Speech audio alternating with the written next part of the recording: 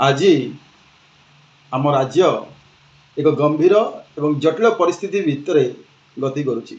कथा होची विगत 6 मास ओडिशा रे महिला विरुद्ध रे अपराध बलात्कार भलिया घटना आशातीत भाव में वृद्धि पाई, आशंका जनित वृद्धि पाई। यही जो घटना यह केवल आम समाज पाई कलंक नुह, बरं यह आम राज्य सरकार निष्क्रियता एवं राज्य सरकार नीतिहीनतार एक ज्वलंत प्रमाण। मु आज किछि कठोर तथ्य आपण सामने रखुची जहाँ आम सरकार अपरागत को स्पष्ट कर। गत 6 मास भितर ओडिशा रे महिला विरुद्ध रे जो अपराध चली यह एक भयंकर रूप नहीं। 2024 जून रु डिसेम्बर भितर राज्य सरकार निजस्व तथ्य अनुजाई महिला विरुद्ध रे प्राय 1600टी अपराध घटना रेकर्ड होती, जहाँ भितर 54टी गणदुष्कर्म सामिल रही। 2024-25 ये जो बढ़ुवा बलात्कार मामला सूचाऊँगी जे आम राज्य में महिला मानकर परिस्थिति दिन को दिन असुरक्षित रोचे। जातीय अपराध रेकर्ड ब्यूरो NCRB 2022 ओडिशा महिला अपराध रे 5म स्थान में थिबा बेले आज प्रथम स्थान में पहुँची सारी। यह महिला अपराध हार ओडिशा रे प्रति लक्षे लोकों भितर 103 जन सहित महिला अपराध घटी चली। तो जितेबले ओडिशा रे पाखापाखि 1.5 कोटी महिला भोटर अछंती, अर्थात ओडिशार एक अधा पॉपुलेशन पाई अधा समाज पाई सरकार आखि बुझी बसचंती, पुलिस प्रशासन आखि बुझी बसचंती। यह कौन दर्शाऊँगी? मु सरकार को पचारुची आपणकर जो नारा थिला बेटी बचाओ बेटी पढ़ाओ, से नारा आज कौटी अच्छी? जितेबाला आम झील मैंने बेलाभूमि रास्ता किंबा निज घरे सुधा सुरक्षित नांती, सेतेबाला सरकार ये बेटी पढ़ाओ बेटी बचाओ योजनार कौन मूल्य अच्छी?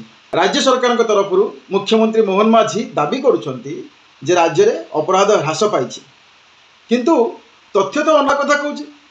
केवल महिला नुह, शिशु एवं महिला विरुद्ध राज्य में 27,973 घटना 28,000 घटना फाइल होती, जो जाजपुर गंजाम एवं मयूरभंज जिला प्रथम स्थान में अच्छा।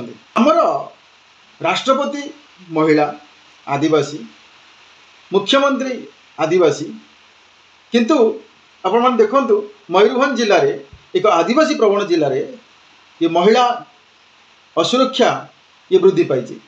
सरकार सुभद्रा योजना, लक्ष्मी दीदी योजना, सब महिला सशक्तिकरण ना रे सरकार बहुत बड़ बड़ प्रतिश्रुति देते, किंतु ये प्रतिश्रुतिर वास्तविकता कौन? जो राज्य में महिला माने निज जीवन निज सम्मान सुरक्षा मागुंट सेठारे यही योजना गुड़िक केवल नाटक नुहे कि महिला सुरक्षा पाई स्पेशल जुवेनाइल पुलिस यूनिट, महिला एवं शिशु डेस्क, हेल्पलाइन नंबर स्थापन है महिला। ये सब सरकारी बाधा सरकारी घोषणा से घोषणा रहीगला। आज एमती कौन परिवर्तन होती? अपराधी मैंने कहीं निर्भय होती, कहीं आमर झील मैंने भयभीत होती? मो मतरे सरकार प्रशासनिक निष्क्रियता एवं अपराधी को सुरक्षा देवार मनोभाव आज राज्य में ये महिला अपराध को बढ़ई चलती। अपराध को समर्थन करुवा नुआ राजनैतिक संस्कृति गोटे ओडिशा रे गढ़ी उठी, जहाँ फल महिला विरुद्ध ये सब अपराध जो कल्चर ये सब बढ़ी चलती। सरकार मद बिक्री राजस्व पाउछंती, सरकार निशा ड्रग्स गंजेई ये सब बिक्री कौन पाउछंती मु जानिनी, किंतु यही सब जिनिस जो वृद्धि पाई आम मतरे मो मतरे यह राज्य में महिला अपराध को वृद्धि करुच्ची। आमे एमती एक समय अच्छू जोठी पाखापाखि 1.5 कोटी 1.6 करोड़ महिला भोटर सुरक्षा पाई सरकार आज अक्षम, एवं यह निश्चित भाव में एक राजनैतिक प्रसंग ओडिशा पाई एक मानवीय संकट।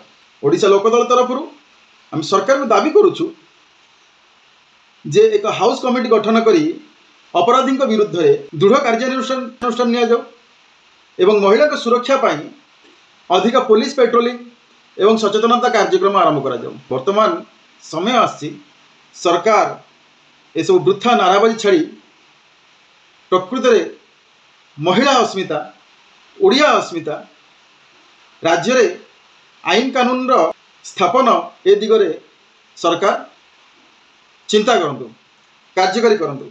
आज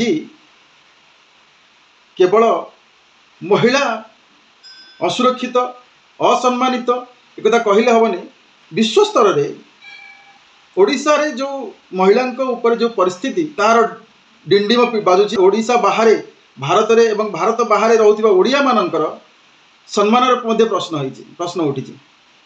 आपण माने चिंता करंतु अमेरिका रे यूरोप रे रहउथिबा ओडियाटे जेतेबेले तार बंधु तार पारिपार्श्विक बंधु माने विदेशी बंधु माने खबर कागज रे पढ़ुथिबे जे ओडिशा महिला असुरक्षित जेतेबेले बंधु माने खबर कागज रे पढ़ुथिबे जे अमेरिका ओडिशा को तार नागरिक तार महिला नागरिक मान जीवा मना करिछि भारत को विशेष कर ओडिशा को तो से सम्मान इज्जत कौन स्थान रही कौन मूल्य रही माननीय मुख्यमंत्री को ओडिशा लोकदल तरफ आम आह्वान दौचु जे आसंतु एकत्रित होई महिला सुरक्षा पाई एक नुआ अध्याय आरंभ करवा। आमर झील माने आम माँ माने आम भौणी माने जेपर्यंत सुरक्षित न होती पर्यंत ना सरकार ना विरोधी दल एमाने चुप बसिबा उचित नुह।